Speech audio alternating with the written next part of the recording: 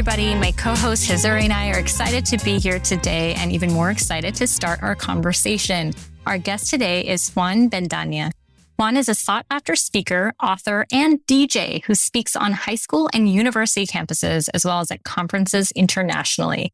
He speaks to over 50,000 students, educators, and parents across Canada and the United States every year. This summer, Juan partnered with BeMe to be our youth ambassador. His advice for teens is featured both in the BeMe app and on our social media channels. He's the author of 12 Keys, How to Live Fully, Achieve Greatly, and Lead an Epic Life, which helps students build better habits, boost productivity, and optimize their life. Juan gets students excited about engaging with their schools and communities and uses storytelling, humor, and live DJing to highlight a message that has a lasting impact that sticks with students far beyond the speech. On the personal side, I hear he is a former snowboard instructor, a sushi expert, and fun fact, Juan can recite every word of The Lion King. What an absolutely impressive background, Juan. We're so happy that you're here with us today. And there's clearly a lot to talk about. So let's talk. Yes, absolutely. Why don't we talk a little bit about Juan and BeMe? You've joined as our BeMe Teen Ambassador. Why did you decide to partner with BeMe? And how do you think that BeMe can help teens? So to give context, I get messages on Instagram probably once every other week about a new project, a new opportunity, a new app. And honestly, and I want to be as transparent and as candid as possible on this episode. So this is the full uncut version of this story. Straight, Juan. Initially, I've had a lot of mental health apps reach out and I research them and I do my due diligence and I see what they're doing. And then in my mind, my innate reaction is this isn't going to work because I have a context of I speak to 30, 40, 50,000 students a year and I've been doing that for over half a decade. So I kind of know what works with students and what doesn't because students give you immediate feedback. If a story isn't funny, they won't laugh. If they don't like your message, they'll tune out. Yeah. So I've gotten into the habit of building things that actually work for students and that actually works. And if it doesn't, I go back to the drawing board. And all of the apps, I was like, this won't work. It just won't. It just won't. And I don't tell them, I don't say that. I'm just like, no, I'm busy with speaking. It's okay. Please send the opportunity to someone else. Right. When BeMe reached out, I literally did, true story. I did 10 or 15 minutes of research. And then I was like, I need to get on a call with Derek and Mandeep and meet the team. 5 minutes into that call, I was like, it's a wrap. It's done. This is it because they understand. They get it. And I'm not saying that because we're on the BeMe podcast. I'm saying that because it's just the truth. Like when someone understands how to build something that not only will absolutely benefit students, but do it in a way that meets them where they are, which no one has done. No one would be like, oh my gosh, I had someone reach out and pitch me a newsletter for teens. A newsletter, on email. I was like, do you understand there are some students in North America that don't know what email is? Like email. What a newsletter. Yeah, or don't use it. This is so out of touch with reality. We are just out to lunch. And what I think what's happening actually, which is something that I'm trying to tackle and doing a lot more working with educators in 2023 is what students need and what students want versus what educators think they need and think they want is so distant, is so far removed. And I think BeMe does an extraordinary job of listening and building really great content and really great material and really great support through the context of what students are actually saying. And it sounds like a simple concept, but it is so immensely valuable where no one's doing that. And I realized this is a platform that is built for students, but also kind of by students as well, in the sense that they really understand. It's like, where are they at? And I'm constantly what I love is that we're constantly getting together of what are you hearing from students? Where are they at? What do we think they need? And adapting and pivoting. So that was we have a teen advisory board. Yeah. So Yeah.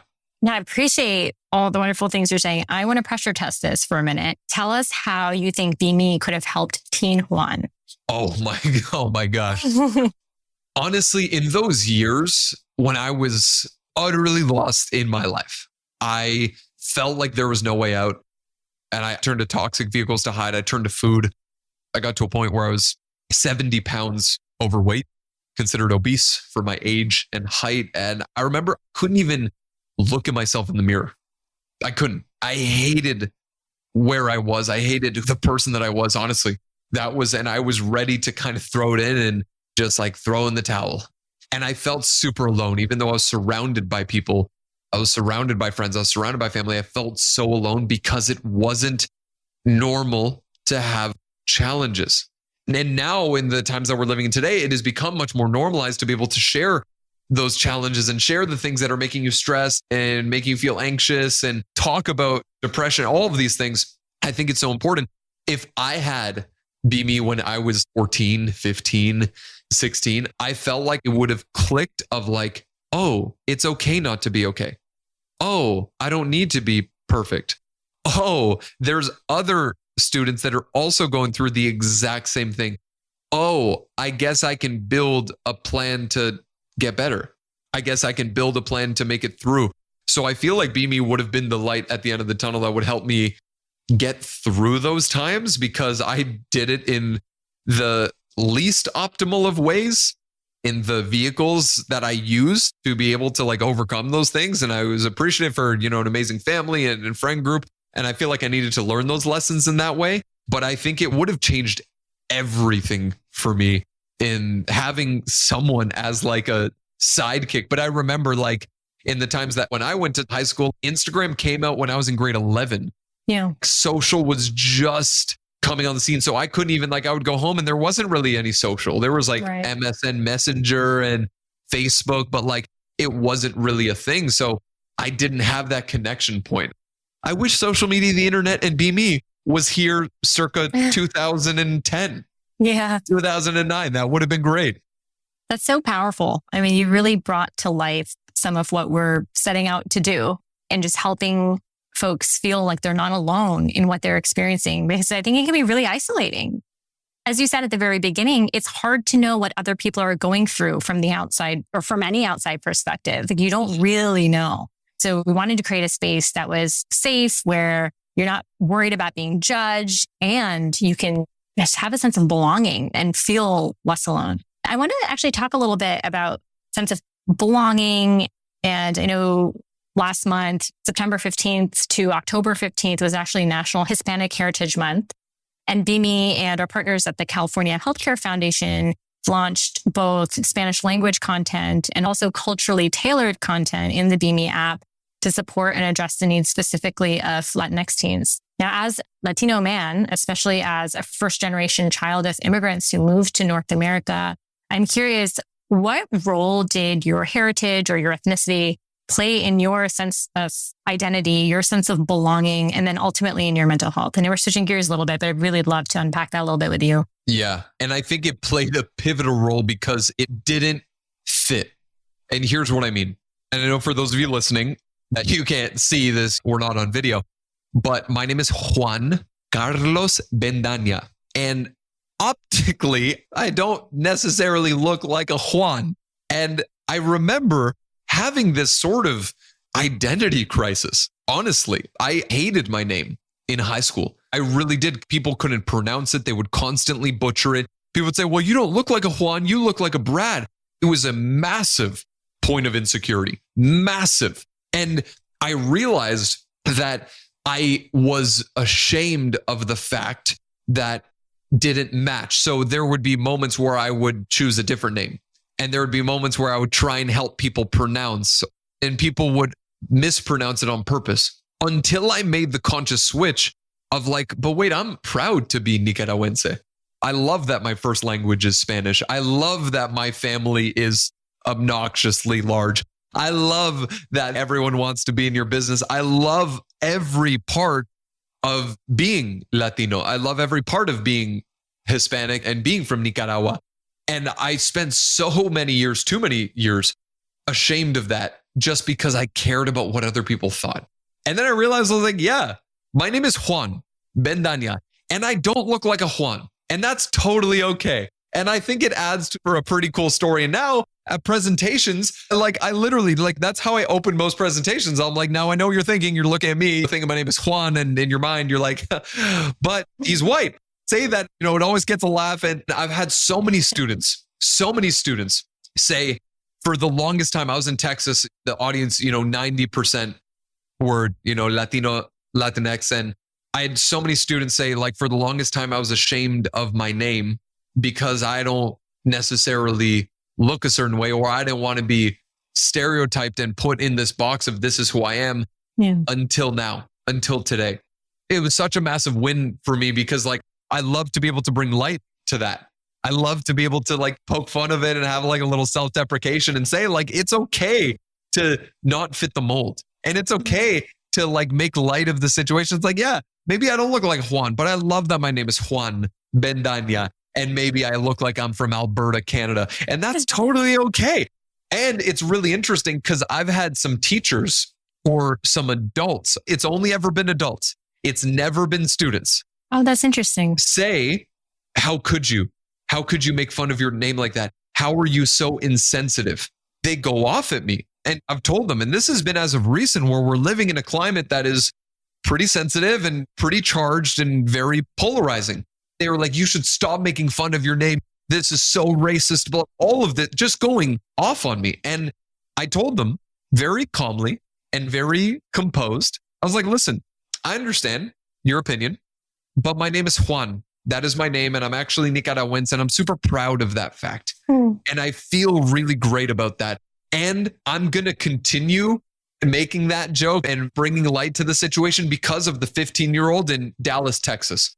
Because of the 16-year-old in California that doesn't feel like they're represented. Because of the student that feels ashamed like I did when I was 15. And that was the light bulb moment where they realized they don't need to be. So I'm sorry that you allowed yourself to get personally offended, but that's totally okay. And I think that's something students need to hear, that you're going to bother people with some of the things that you say.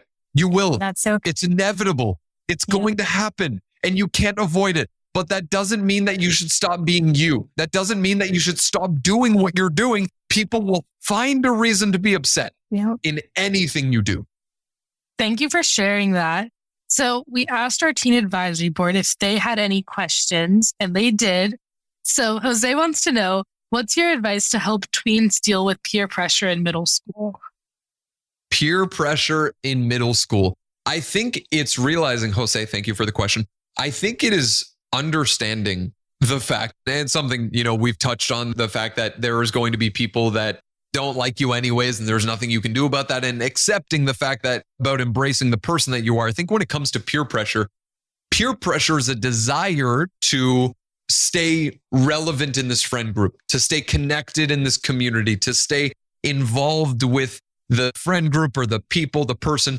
I think when it comes to dealing with that peer pressure, it's understanding that if you make a decision that you really value and that you're aligned with, but someone is going to peer pressure you to do something else and they say, oh, you should do this because doing that is lame, but they don't accept and acknowledge and allow you to make your own decision, and they're going to judge you for the fact of not following the norm and not following into peer pressure, you have to ask yourself this: is this a friend I really want to have?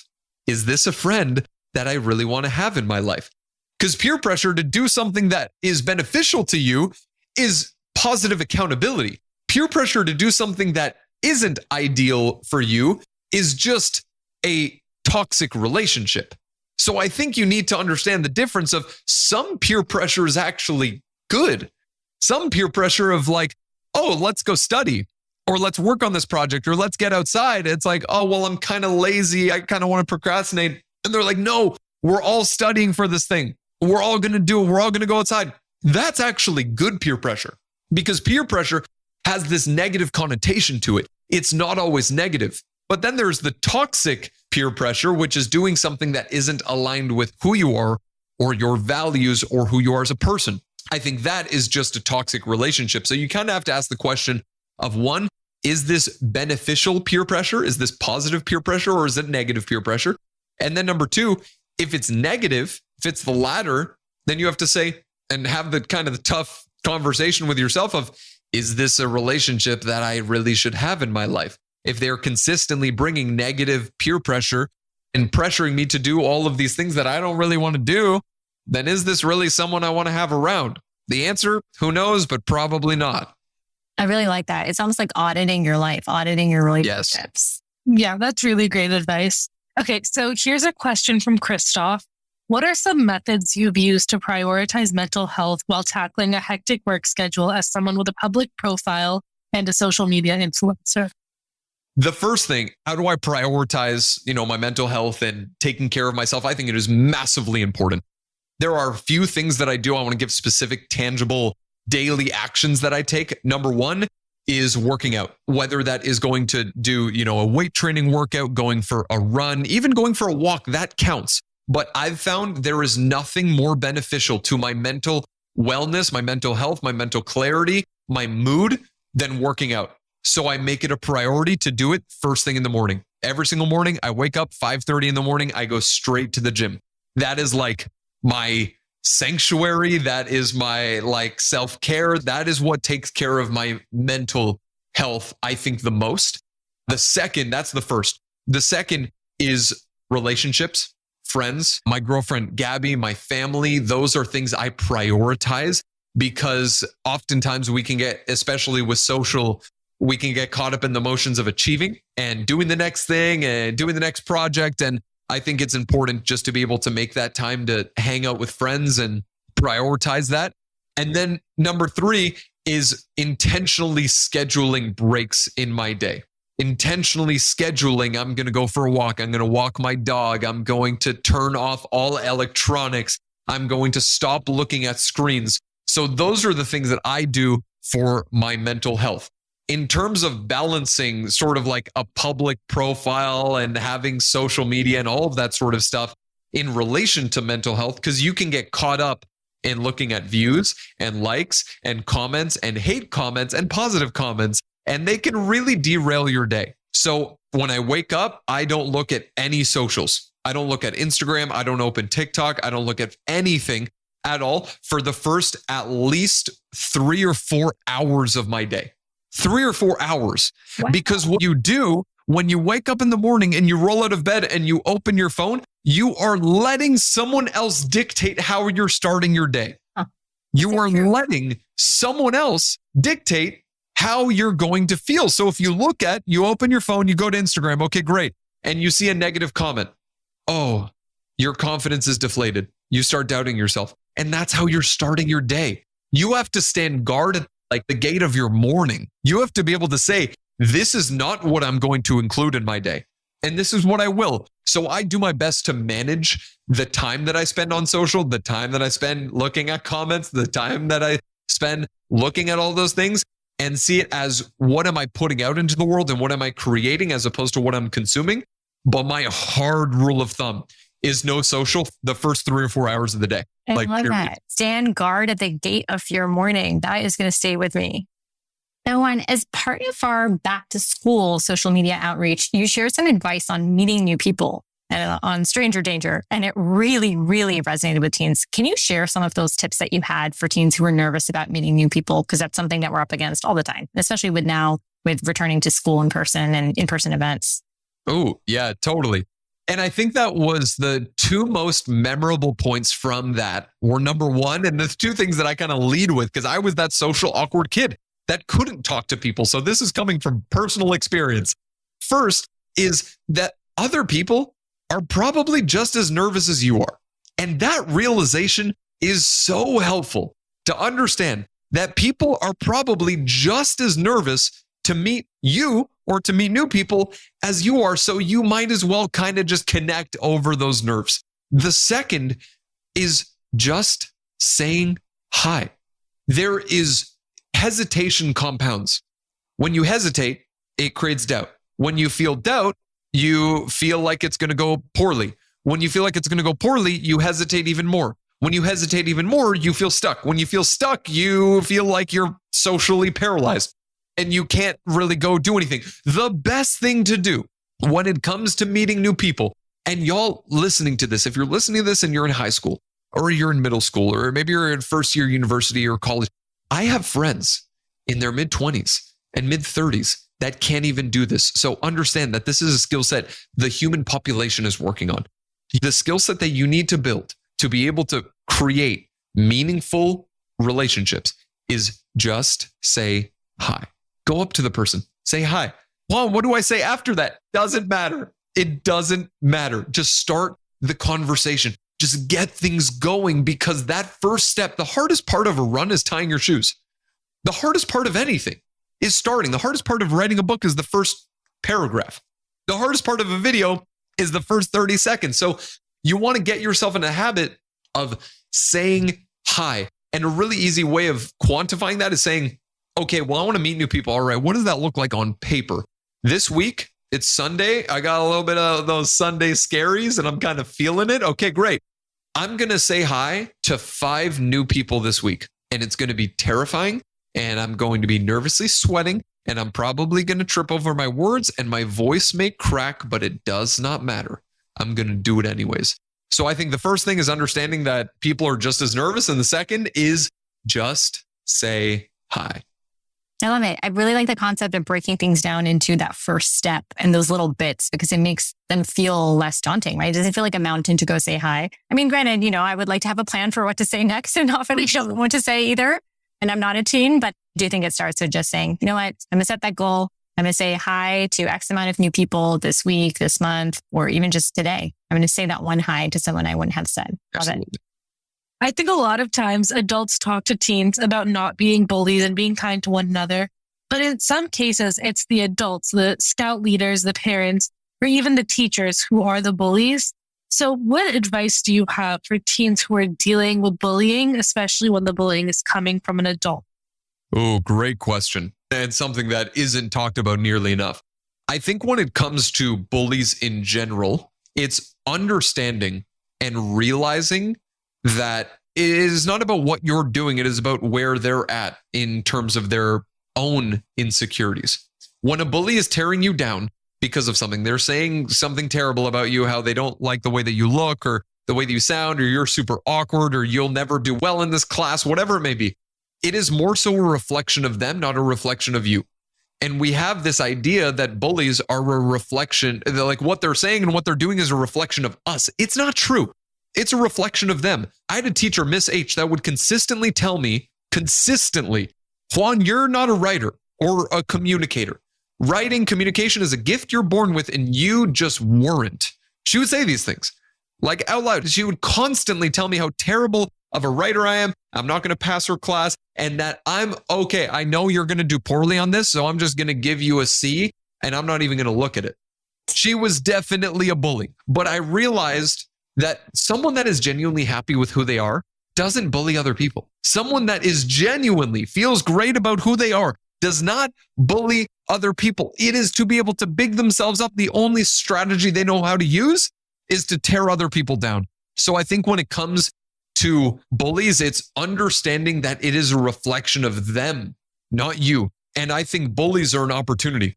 And it's a weird perspective, but hear me out. I think bullies are an opportunity because oftentimes bullies don't have great relationships, maybe have a home situation that is very challenging, maybe don't have a lot of friends outside of school or outside of teaching. So they go home and they're alone. And the only form of significance they have is from tearing a student down. We have an opportunity to be the person that can be like not reactive to them and say, hey, like, I get it. I get you want to say all these things to me and you want to be, I have no issue with you. I have no problem with you. And I'm not going to react to you. And I'm not going to react to this, because they're doing that because they're looking for a reaction. They're looking for what you're going to say. So I think it's understanding it's not a reflection of you. It's a reflection of them. And that's an opportunity to be able to be the bigger person and be the one that maybe they actually need. That's so true. I really like that reframe. It's a very helpful construct. Let's talk body image for a minute. Last week, BeMe shared a video that you had recently created talking about boys' social media and body image. And just like girls who see unrealistic body standards on social media, teen boys are seeing images of totally shredded 24-year-old guys on Instagram, right? And they're getting nutritional advice on TikTok to help them bulk up. And I think it would be naive of us to think that boys aren't also affected by social comparison and issues with body image. And you had some really great advice on this topic too. Can you share some of that with our listeners? I think we've set this unrealistic standard across all socials of how guys need to look and what shape they need to be in. And they need to be able to do 10 muscle ups and to be in great shape. And this is like the illusion that we have that we need to fit into this certain body image, and who we are is not enough. And I had that same thing when I was in school, especially losing all of the weight and having this idea of like, okay, once I'm in shape, once I'm shredded, once I'm there, then I'll be happy. And I think that you're comparing your behind the scenes to everyone else's highlight reel. And we're comparing our insecurities and where we're at in our chapter 2 to everyone's chapter 9. So you're seeing these 25-year-olds, 26-year-olds that have spent 6 or 7 years building this physique. And they tell you this is how you do it in 30 days. It's just not a realistic picture of what's going to happen. So I think the better option, and in this context, the best option is to focus on progress. Focus on what progress do you want to make? It's not that, because then we have this idea where it's like, okay, we don't like where we are and we don't like the way that we look physically, so we're not enough. That's not true. Who you are is enough, but who you are is always changing. And that's going to be a moving target. You could be happy with the person that you are, but also want to be able to get in good shape. And I think that's something that's not talked about nearly enough, where there's this idea that, oh, you should accept yourself and accept who you are and accept your body fully for where you are right now. And you don't need to change. What if you want to? What if you want to lose the weight? What if you want to get in great shape? There's nothing wrong with wanting the 6-pack. There's nothing wrong with wanting to lose the weight, but it doesn't define who you are as a person. It should not define your level of happiness. So I think the best thing to do with all of those unrealistic body image standards, you watch Captain America, or you watch these movies where these actors are literally, this is their career. This is their job. They are training, and they have trainers that are with them 24 hours a day. And oftentimes having, true story, they are having an apple, some almonds, bland piece of chicken breast, and that's what they have in a day. Yeah. That is not sustainable. And they will all say that is not a sustainable model. They do it for a certain result. They do it for a movie. They do it for a show. They do it for a competition, whatever it may be. But I think you've got to look at it from the lens of, what progress am I making? And what progress do I want to make? And that was when I was 70 pounds more than I am right now. I realized, I was like, okay, I love the person that I am. I'm really happy with the person that I am, but I want to make this change for me. I don't want to make this change for Instagram. I don't want to make this change for anyone else. I want to do this for me. Thank you so much for speaking with us today, Juan. This was such a constructive conversation, and I think it'll really help a lot of teens. We're so happy that you're part of the BeMe community. Juan, thank you so much for spending time with us. It was so great to hear about your work and all of the advice that you've had for us. Awesome. Well, thank y'all for having me. I appreciate you for being such amazing hosts.